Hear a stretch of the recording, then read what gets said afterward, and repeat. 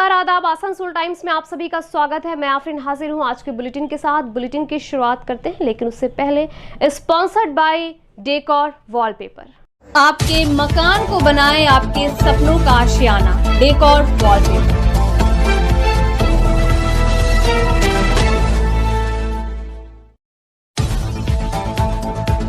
को sponsored by RLK nursing home. जनता को इन मुश्किल हालातों में राहत पहुंचाने के मकसद से RLK नर्सिंग होम में इलाज के खर्च में भारी कटौती करने का फैसला लिया गया है। Global wallpaper.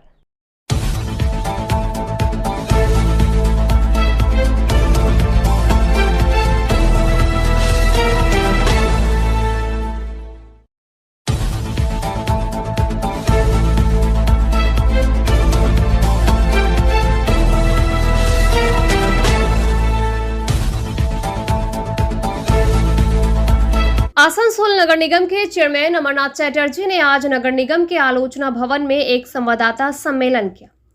इस संवाददाता सम्मेलन के दौरान उन्होंने भाजपा नेत्री और 27 नंबर वार्ड की पार्षद चैताली तिवारी द्वारा उन पर लगाए गए आरोपों का जवाब दिया। आपको बता दें कि रविवार को चैताली तिवारी ने अमरनाथ चैटर्जी पर रानीगंज में ब्लू चिप कंपनी और आसनसोल नगर निगम के 100 करोड़ की संपत्ति को अपने दोस्तों के सुपुर्द करने की कोशिश करने का आरोप लगाया था। রানীগঞ্জে যে ব্লু চিপ কোম্পানি এবং আসানসোল পৌর নিগমের যে 100 কোটি টাকার একটা সম্পত্তি আজ মাননীয় যিনি চেয়ারম্যান আছেন এবং প্রাক্তন যিনি প্রশাসক, যখন প্রশাসক ছিলেন তখন থেকে উনি চেষ্টা করে যাচ্ছিলেন যে 100 কোটি টাকার সম্পত্তিকে বিনা টেন্ডারে কিভাবে ওনার বন্ধুকে দিয়ে দেওয়া যায়। তো এটাকে আমরা মেনে নিতে পারছি না, কারণ 5 লক্ষ টাকা একটা টেন্ডার হতে গেলে, যদি কাজ পেতে গেলে যদি টেন্ডার করতে হয়, তাহলে 100 কোটি টাকা সম্পত্তি উনি কি করে দিয়ে দিতে পারেন? উনি এইভাবে আসানসোল কর্পোরেশনকে বেচে দিতে চাইছেন। 106টা কাউন্সিলর আমার মনে হয় না এই ব্যাপারে কোনো অবগত ওনারা আছেন, এবং ওনার কাছে আমি দাবি রাখছি যদি উনি এটা ক্যান্সেল করেন ভালো কথা, না হলে আমরা এর থেকে বৃহত্তর ভাবে আমরা আন্দোলনে নামবো, আমরা হাইকোর্ট পর্যন্ত আমরা পৌঁছাবো। দেখবো আপনি কিভাবে আসানসোল কর্পোরেশনকে। इसके जवाब में आज अमरनाथ चैटर्जी ने तल्ख अंदाज में कहा कि आसनसोल में भाजपा के जो नेता है उनमें शिक्षा का अभाव है, उनमें जानकारी का अभाव है। उन्होंने कहा कि जिस ब्लू चिप कंपनी के बारे में बात की जा रही है वो 1996 की बात है, जब रानीगंज एक अलग नगर निगम हुआ करता, उसकी कमान वाम फ्रंट के हाथों में थी। उन्होंने कहा कि 1996 में ये समझौता हुआ था, जिसे लेकर आज भी ट्राइब्यूनल में केस चल रहा है और हर तारीख पर आसनसोल नगर निगम को 60,000 रुपए खर्च करने पड़ते हैं। अमरनाथ चैटर्जी ने कहा कि अदालत ने आदेश दिया था कि अदालत के बाहर इस मामले को निपटा लिया जाए। इसी के तहत अदालत के बाहर इस मामले को निपटाने की कोशिश की जा रही है। इसके लिए आसनसोल नगर निगम के कमिश्नर, सचिव और वकीलों को लेकर एक कमेटी का गठन किया गया है। দেখুন, আপনার আজকে এই প্রেস কনফারেন্সটা আমার নিজের ইয়েতেই ডাকা, মতামত অনুযায়ী। তো ডাকতে খারাপও লাগছিল, কারণ এই সমস্ত মধ্যেখানে সংস্কারের পরিপন্থী হয় আমার নিজের দ্বিধা লাগে এই সমস্ত কথাবার্তা আলোচনা করতে বা নিজের মুখ থেকে বের করতে, নিজের পারিবারিক স্ট্যাটাস অনুযায়ী। তো ওনারা জানেন না। প্রথম কথা বলি, বিজেপির যারা নেতৃত্ব রয়েছেন আসানসোলে বা বিগত দিনে যারা নেতৃত্ব দিয়ে গেছেন, তাদের আমার মনে হয় টিচারের অভাব আছে। তাদের টিচার যদি সঠিক পথে থাকতো তাহলে আসানসোলের মানুষ কিন্তু ওনাদের গ্রহণ করতো।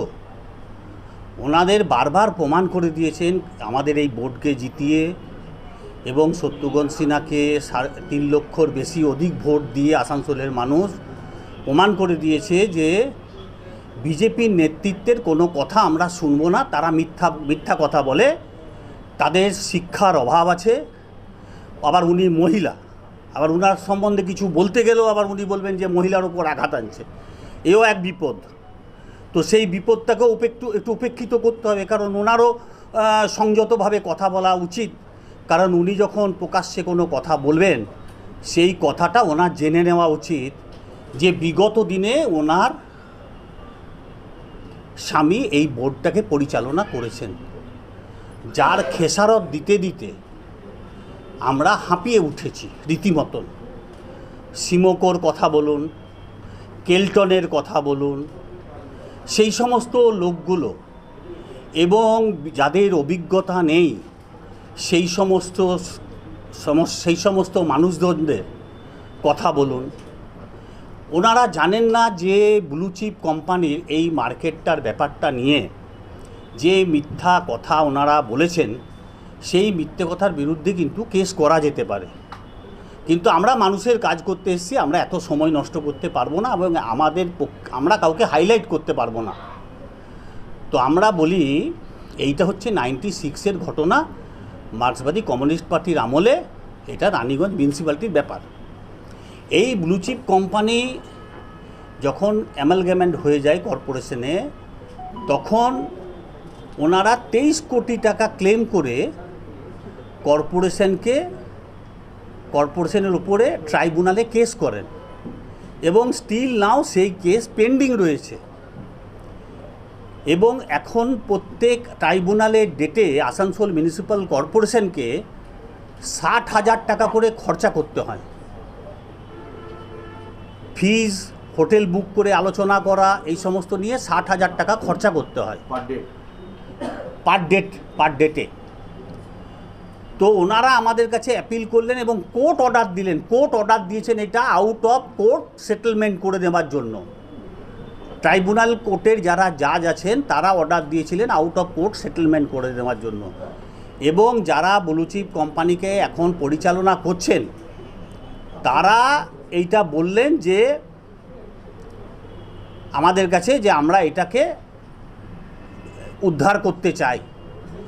একটা জঙ্গলের মতন জায়গায় দাঁড়িয়ে রয়েছে আজকে ব্লু চিপের এবং আসানসোল মিউনিসিপ্যাল কর্পোরেশনের যে বিল্ডিংটি রয়েছে রানীগঞ্জের রাস্তার উপর। তো আমরা চিন্তা করলাম যে সেই সময় ওখানে যে এগ্রিমেন্ট ছিল যে 4 কোটি টাকা আসানসোল রানীগঞ্জ মিউনিসিপ্যালিটি দেবে এবং জায়গাটি দেবে।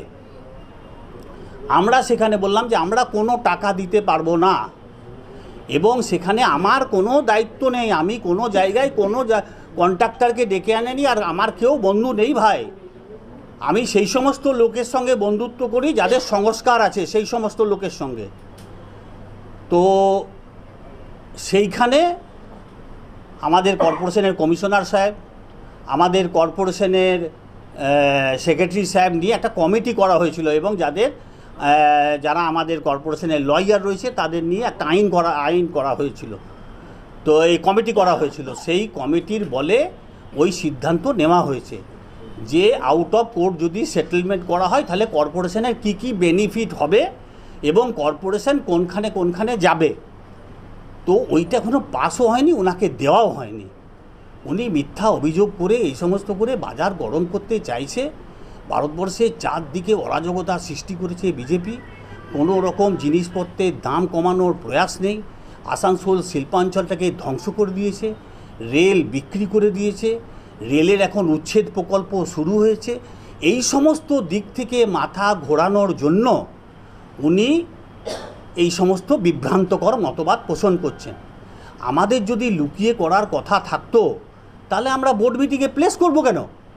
তো আমরা লুকিয়ে ওনার স্বামী যেরকম আগে মুখে মুখে কাজ দিয়ে দিতেন, টেন্ডার হলো না, কাজ হয়ে গেল, পরবর্তীকালে টেন্ডার ম্যাচুয়ার হয়েছে, যার ক্রেডেন্সিয়াল নেই তাকে দিয়ে দিয়েছে। আমাদের বর্তমান মেয়র সেই সমস্ত বিলগুলো আটকে রেখেছে, আমাদের কমিশনার সেই সমস্ত বিলগুলো আটকে রেখেছিল। তো আমরা সেই সমস্ত কাজ করি না, আমরা প্রকাশ্যে এনে দিয়েছি। তো যদি বোর্ড মিটিংয়ে পাস হয়, যদি বোর্ডের সদস্যরা যদি অ্যাকসেপ্ট করে নেয় যে না এটা এই প্রস্তাবে রাজি হবে, তাহলে পাস হবে। আর যদি বোর্ডের মেম্বাররা পাস না করতে চায়, বোর্ডের মেম্বাররা পাস না করলে হবে না। আমি তো খালি পরিচালক, আমি তো নীতি নির্ধারক নয়। নীতি নির্ধারক যিনি তো বলছেন তিনি বোর্ডের সদস্য, তিনি কালকে তার মতামত পোষণ করবে যে হ্যাঁ এটা চাই এটা চাই না। উনি অর্ডার করতে পারেন না। আমার সেই জন্যই মনে হচ্ছে যে ওনার হয়তো সংসদীয় গণতন্ত্রটা বুঝতে কোনো জায়গায় ভুল হচ্ছে, কিংবা হয়তো আমার বলতে খারাপ লাগছে, আমি বলতেও চাই না, যে ওনার হয়তো এই সমস্ত ব্যাপারে একটু শিক্ষার অভাব আছে। তো আর টিচারেরও আপনাদের অভাব আছে। তো সেইগুলো যদি একটু করে নিতে পারে আমার মনে হয় তাহলে আসানসোলের মানুষকে ওনারা যে টিআরপি বাড়াতে চাইছেন সেই টিআরপিটা বাড়বে, আদারওয়াইজ টিআরপিটা বাড়বে না। তারা সরাসরি আপনাকে আক্রমণ এবং মাস্টার মাইন্ড বলে লিখেছে ভাইরাল করছে। না, সে যদি আমার বুদ্ধি থাকে তাহলে তো আমাকে বলতেই হবে সবাইকে। আমি 8 বার জিতেছি, তা আমাকে তো মাস্টার মাইন্ড বলতেই হবে। আমি সিপিএমের আমলে জিতেছি, আমি মানুষের সঙ্গে ব্যবহার ভালো করি, আমি রামকৃষ্ণ মিশনের সামনে গিয়ে দাঁড়িয়ে থাকি, আমি ইস্কনের মন্দিরের সামনে দাঁড়িয়ে থাকি, আমি বকরিতে গিয়ে দাঁড়াবো, আমি ঈদের সময় গিয়ে মসজিদের সামনে দাঁড়িয়ে থাকি, মসজিদের মৌলভী সাহেব এসে আমাকে আতরের গন্ধ শুঙিয়ে যায়। তো আমার এই ব্যবহারে মানুষ মুগ্ধ আছে, তো আমি কি করতে পারি? সেটা এখন যদি বোর্ডের সিদ্ধান্ত নেয় বা কর্পোরেশন সিদ্ধান্ত নেয়, পরে আমরা সেটা চিন্তা ভাবনা করবো। হ্যাঁ, কর্পোরেশন প্রপোজাল রেখেছে আমরা কোনো পয়সাপাতি দিতে পারবো না, আমরা 60,000 টাকা করে খরচাও করতে পারবো না, আমরা 30% নেব এবং একতলায় 30% নেবো, দোতলায় 30% নেবো, যতলায় করবে আমরা 30% করে পার ফ্লোরে নেব। এইটা যদি বোর্ডের মেম্বাররা পাস করে দেয় তাহলে হবে। আমাদের যারা কর্পোরেশনের আধিকারিকরা সিদ্ধান্ত নিয়েছে সেটা বোর্ড মিটিংয়ে প্লেস হয়েছে, আমি খালি সেইটা রেজুলেশনটা প্লেস করার জন্য ওখানে দিয়েছি। আমি তো পাস করাবো না, পাস তো কাল হবে, 5 তারিখ হবে। আচ্ছা, কোর্ট কি বলেছে ওনাকে দিতে হবে না টেন্ডারও করতে পারেন? ওনার সঙ্গে এগ্রিমেন্ট আছে, ওনাকেই দিতে হবে, কারণ উনি তো কেস করেছেন। তাহলে কি ব্লু চিপ সংস্থায় এই নতুন যে সংস্থার কথা বলা হচ্ছে সে কি ব্লু চিপ সংস্থায় নিয়ে এসেছে তাকে? হ্যাঁ, ব্লু চিপ সংস্থাই তাকে নিয়ে এসছে এবং ব্লু চিপের সঙ্গেই তাদের এগ্রিমেন্ট আছে। তোর কর্পোরেশনের সঙ্গে তার কোনো ব্যাপার নেই।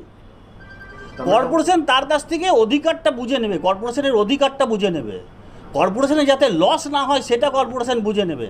আমরা সেই জন্য রাজনীতিটা শুরু করেছিলাম আজ থেকে 43 বছর আগে, যাতে সমাজের কিছু হয়, সমাজ ব্যবস্থার ওপর আমরা রাজনীতিটা শুরু করেছিলাম।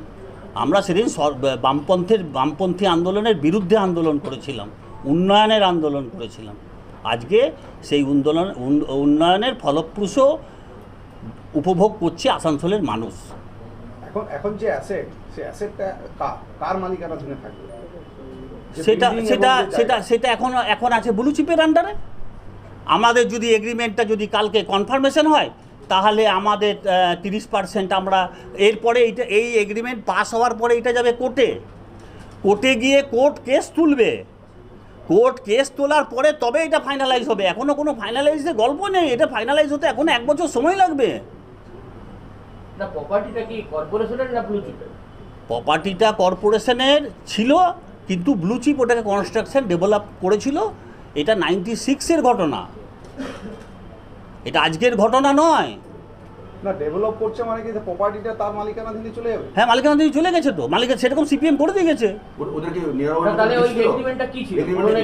পুরোনো এগ্রিমেন্টটা ছিল যে 4 কোটি টাকা কর্পোরেশন মিউনিসিপ্যালিটি দেবে আর 40% প্রপার্টি নেবে, মিউনিসিপ্যালিটি নেবে, রানীগঞ্জ মিউনিসিপ্যালিটি।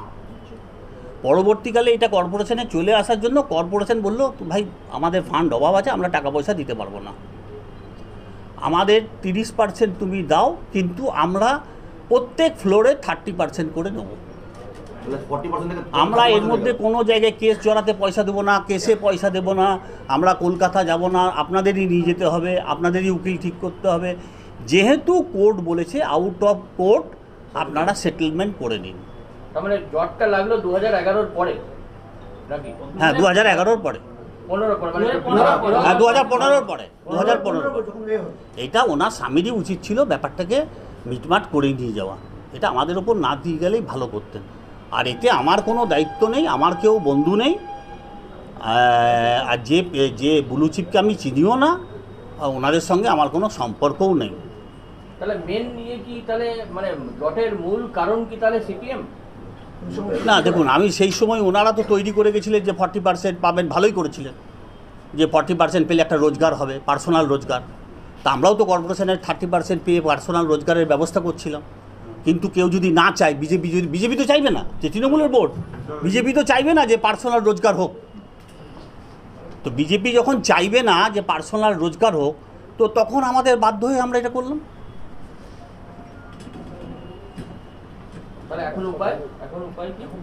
এখন এটা যদি কালকে বোর্ড মিটিংয়ে পাস হয়, তারপরে ওইটা আপনার কোর্টে যাবে, কোর্টে গিয়ে আপনার যদি ম্যাজিস্ট্রেট মনে করে যে না এটাকে উইথড্র করে দিতে হবে, কেসটাকে উইথড্র করে দিতে হবে, তাহলে উইথড্র হবে। আবার ম্যাজিস্ট্রেট যদি না চায় যে এটা উইথড্র হবে না, এটা অ্যাজ ইট ইজ এরকম পড়ে থাকবে, তাহলে পড়ে থাকবে।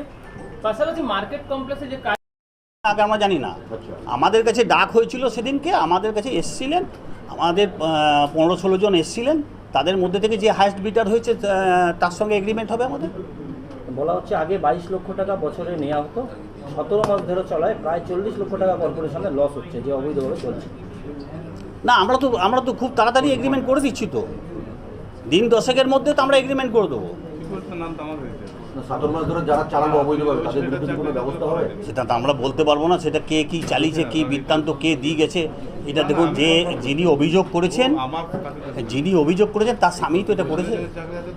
তার স্বামী বলছে 17 মাস আমরা 17 মাস ধরেই বন্ধ আছে, ও যতদিন ছিল কোনোদিন করে তার আগে জমা পড়েছি, তার আগেও তো জমা পড়েনি টাকা, তার আগেও তো জমা পড়েনি। আগে তো পার্কিংটা দেখতেন, আমাদের পাশেই বসে রয়েছে অভিজিৎ ঘটককে জিজ্ঞেস করুন না যে আগে টাকা জমা পড়েছে কিনা, তাহলে বলে দেবে তো। কোনো পার্কিং না, এই তো প্রথম চালু হলো না। গুটখা তো জিতেন্দ্রের আমলে তো হয়নি, যখন উনি এমএলএ ছিলেন বা যখন তিনি মেয়র ছিলেন তখন তো গুটখার আবিষ্কার হয়নি তো, কাগজে কলমে বন্ধ হয়েছিল। হ্যাঁ, আপনি দেখবেন যে কর্পোরেট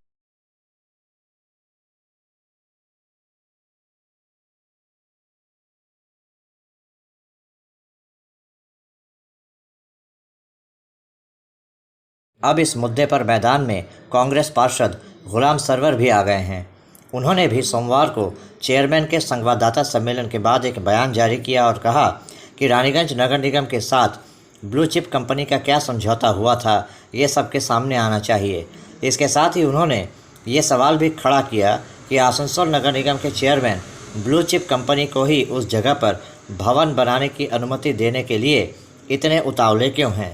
गुलाम सरवर ने कहा कि उन्होंने पहले भी इस मामले पर निगम से धीरे चलने की अपील की है और एक विशेषज्ञ कमेटी का गठन कर इस मामले पर एक ठोस राय बनाने के बाद ही इस पर आगे की कार्रवाई करने की सलाह दी। আমাদের অভিযোগ যে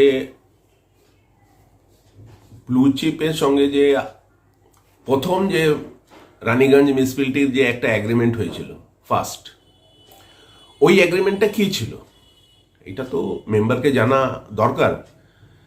যে আপনি এগ্রিমেন্ট করে কাউকে দিতে চাইছেন, যে প্রথমে যে রানীগঞ্জ মিউনিসিপ্যালিটির সঙ্গে তার যে ব্লু চিপের সঙ্গে যে এগ্রিমেন্ট হয়েছিল, ওই এগ্রিমেন্টটা কোথায় আছে, ওই এগ্রিমেন্টের মধ্যে কি কি ছিল, ওইটা তো জানা প্রথম দরকার। তারপর আমরা মানে কর্পোরেশন বুঝতে পারছে না বা মেম্বাররা বুঝতে পারছে না, আমিও বুঝতে পারছি না কি এমন হয়ে গেল যে ওই লোকটাকে দেওয়ার জন্যে কর্পোরেশন মানে এত সিরিয়াস হয়ে গেছে, তাতে তো বোঝা মুশকিল হয়ে যায়। আপনি দেখেন ওই জায়গাটা ব্লু চিপকে দেওয়ার জন্যে আপনি একটা রেজলিউশন মধ্যেই বলছেন যে কর্পোরেশনের কোনো ইনভেস্টমেন্ট নেই। কি করে কর্পোরেশনের ইনভেস্টমেন্ট নেই? জায়গাটা তো পুরো কর্পোরেশন। আজকে রানীগঞ্জের ওই জায়গাটার কস্ট নিয়ার অ্যাবাউট 10 কোটি টাকার কস্ট রয়েছে, তো ওইটা কি ইনভেস্টমেন্ট নেই? ওই ইনভেস্টমেন্টকে কি বলবেন আপনি? আর আমাকে যে ও 30% শেয়ার কর্পোরেশনকে দিচ্ছে, কেন আমি টেন্ডারে যাচ্ছি না, কেন আমি পাবলিক এতে যাচ্ছি না? অন্য লোক হয়তো আমি যদি টেন্ডারে যাই হয়তো আমাকে 50% শেয়ার দিবে, কেন আমি 30% ওকে দিতে যাব? তো এইসব বোঝার দরকার আছে আমাদের। যে এইবার হাইকোর্টে গেল, ঠিক আছে যেতেই পারে, আইন দিক দিয়ে যে কোনো হাইকোর্টে যেতে পারে। হাইকোর্ট তো বলেনি যে ওকে দিয়ে দাও, হাইকোর্ট বললো তার সঙ্গে বাইরে একটা নেগোসিয়েশন করো। তো নেগোসিয়েশন করার জন্য আমাদের কর্পোরেশনে ভালো ভালো মেম্বার এখন প্রেজেন্ট রয়েছে, প্রিন্সিপাল রয়েছেন, ডক্টর রয়েছেন, অ্যাডভোকেট রয়েছেন, কোয়ালিফাইড টিচার রয়েছেন, কোয়ালিফাইড লোক রয়েছেন। তাদের মধ্যে দিয়ে একটা কমিটি তৈরি করুন, তারা ডিসিশন নিক যে হ্যাঁ কর্পোরেশন পক্ষে কি ভালো হবে কি খারাপ। আপনি এত মানে অ্যাজ এ চেয়ারম্যান কেন এত চাইছেন যে না ওই লোকটাকে দিয়ে দেওয়া হোক, ওই লোকটাকে দিয়ে দেওয়া হোক? আমি আগে একটা রেজলিউশন করে দিয়েছিলাম। আরে ভাই, আপনি রেজলিউশন যখন করেছিলেন তখনই দিয়ে দিতেন। এখন যখন বোর্ড রয়েছে, বোর্ডের এখন অলরেডি মেয়র রয়েছে, ডিপটি মেয়র রয়েছে, এমআইসিস রয়েছে। এখন এমআইসিদের কোনো ডিপার্টমেন্ট ডিভাইড করা হয়নি, এখন বড় চেয়ারম্যান হয়নি, এখন ফুল ফ্লেজ বোর্ড হয়নি। এখন এত হড়বড় করে না ওকে দিয়ে দেওয়ার জন্য আমরা প্রিভিয়াস 3টা চিঠি করলাম যে একটু ধীরে সুস্থে চলুন। এত মানে কেন আপনি চাইছেন একদম ওকেই দেওয়া দরকার?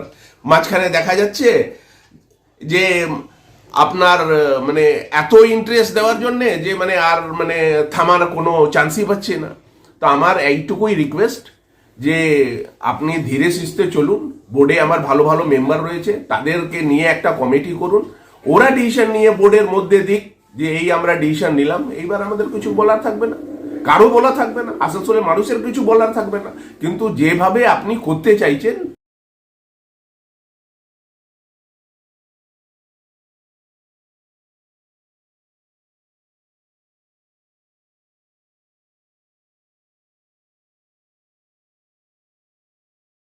आने वाले बकरीद के मद्देनज़र सोमवार को आसनसोल के आलोचना भवन में एक महत्वपूर्ण बैठक हुई।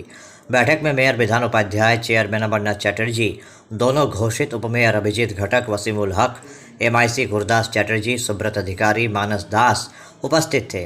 इनके अलावा जल विभाग, बिजली विभाग तथा सैनिटरी विभाग के सभी अधिकारी बैठक में उपस्थित रहे। इस संदर्भ में वसीमुल हक ने कहा कि मेयर विधानोपाध्याय के निर्देश पर आने वाले बकरीद के मद्देनज़र अल्पसंख्यक बहुल इलाकों में बिजली और पानी की समुचित व्यवस्था करने का निर्देश दिया गया। साथ ही जहां भी स्ट्रीट लाइट में कोई खामी है उसके भी मरम्मत करने का निर्देश दिया गया। उन्होंने कहा कि बकरीद के मद्देनज़र कहीं भी किसी भी व्यक्ति को कोई परेशानी न हो, निगम की तरफ से ये सुनिश्चित किया जा रहा है। आज बकरीद का लेकर के विधान उपाध्याय जो आसनसोल के मेयर हैं उनके नेतृत्व में उप मेयर अभिजीत घटक, चेयरमैन अमरनाथ चटर्जी, मानस दा MIC और सुब्रत अधिकारी MIC, गुरदास चटर्जी MIC के उपस्थिति में वाटर डिपार्टमेंट, सैनिटेशन डिपार्टमेंट और इलेक्ट्रिक डिपार्टमेंट, ये तीनों विभाग के लोगों को, इंजीनियर, SI को लेकर के आज मीटिंग बुलाया गया है। जो सामने 10 जुलाई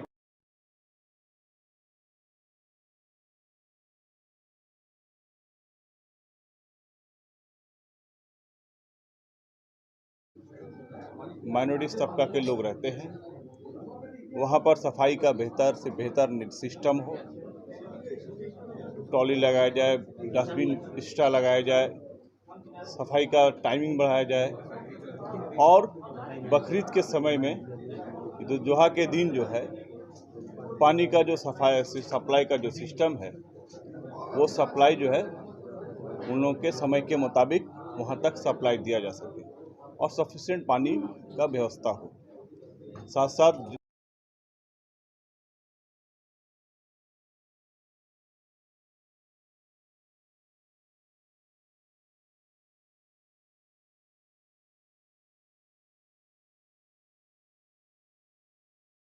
आसनसोल मारवाड़ी महिला समिति की तरफ से आसनसोल क्लब में आज एक बेहद सराहनीय सामाजिक कार्य का आयोजन किया गया। यहाँ संगठन के सदस्यों द्वारा 13 व्हीलचेयर प्रदान किए गए। इस मौके पर संगठन की अध्यक्षा निधि पसारी ने आज प्रांतीय अध्यक्षा बबीता बागड़िया सहित मारवाड़ी महिला समिति की तमाम वरिष्ठ पदाधिकारियों की उपस्थिति में 13 दिव्यांग लोगों को व्हीलचेयर प्रदान किए गए।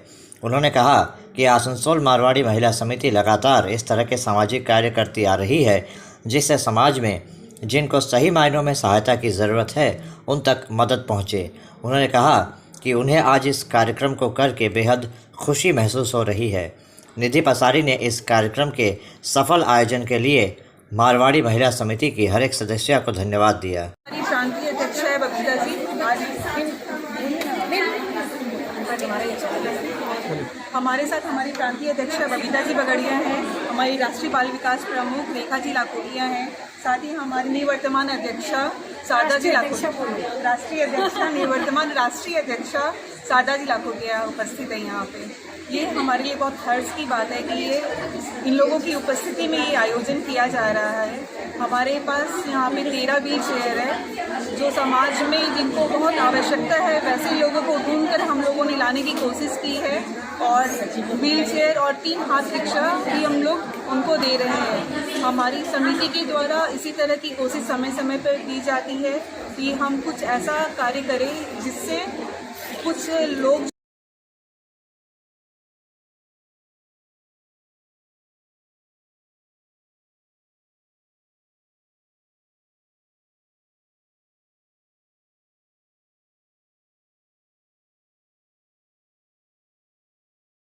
आसनसोल के गोधुली अपार्टमेंट में रविवार रात को चोरों ने दबिश दी और जनरेटर घर के ताले को तोड़कर डीजल चोरी की। साथ ही गोधुली अपार्टमेंट के पार्किंग लॉट में रखे विशाल खेतान की मोटरसाइकिल से भी पेट्रोल चुरा लिया।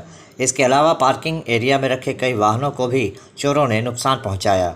इस संदर्भ में भोलानाथ राय नामक एक व्यक्ति ने कहा कि रविवार रात को चोरों ने यहां दबिश दी और जनरेटर से डीजल और एक मोटरसाइकिल से पेट्रोल चुराया। इसके अलावा कई वाहनों को भी नुकसान पहुंचाया गया। उन्होंने कहा कि कुछ साल पहले जनरेटर की बैटरी भी चोरी हो गई थी, लेकिन इस बार चोर उसे चुराने में सफल नहीं रहे। उन्होंने कहा कि यहाँ नाइट गार्ड के रहते हुए भी इस तरह की चोरी से इस अपार्टमेंट के निवासी काफ़ी दहशत में हैं। उन्होंने बताया कि इतना ही नहीं, चोरों ने गोधुली अपार्टमेंट के बाहर खड़े ऑटो से भी पेट्रोल चुरा लिया। ঘটনা কাল রাতে চুরি হয়েছে। এখানে এসে পরে দেখছি আমি জেনারেটরের এখানে পুরো দরজা ফরজা খোলা, নিচের আপনার আর পার্কিং যে চার চাকা থাকে, চার চাকার গাড়ি ফাড়ি সব তেল ফেল সব মানে কাঁচ ফাঁচ ভেঙে একদম যাতাই করে দিয়েছে। আর বিশাল খেতানা যে ছিল বুলেট, ব্যাটারি ফ্যাটারি সব চুরি হয়ে গেছে একদম। আর আপনার এখন তো পুলিশ এসেছে, পুলিশ জানকারি করছে। এখন তো ঠিক ধরা পড়েনি এখনও লোক। কারা হতে পারে সেটা এখন বলতে পারছি না, বলা এখন মুশকিল আছে। পুলিশ এসছে, পুলিশ নিজের দেখছে, পুলিশ যাচ করে পরে দেখছে কে হতে পারে। গার্ড ছিল, রাতে গার্ড ছিল, গার্ড হয়তো এরকম জিনিস হয়েছে। হ্যাঁ, পাশের এখানে যে সামনে বাইরের অটো আছে, ওরও তেল চুরি হয়েছে। এর এদিকে হ্যাঁ, এরও তেল চুরি হয়েছে।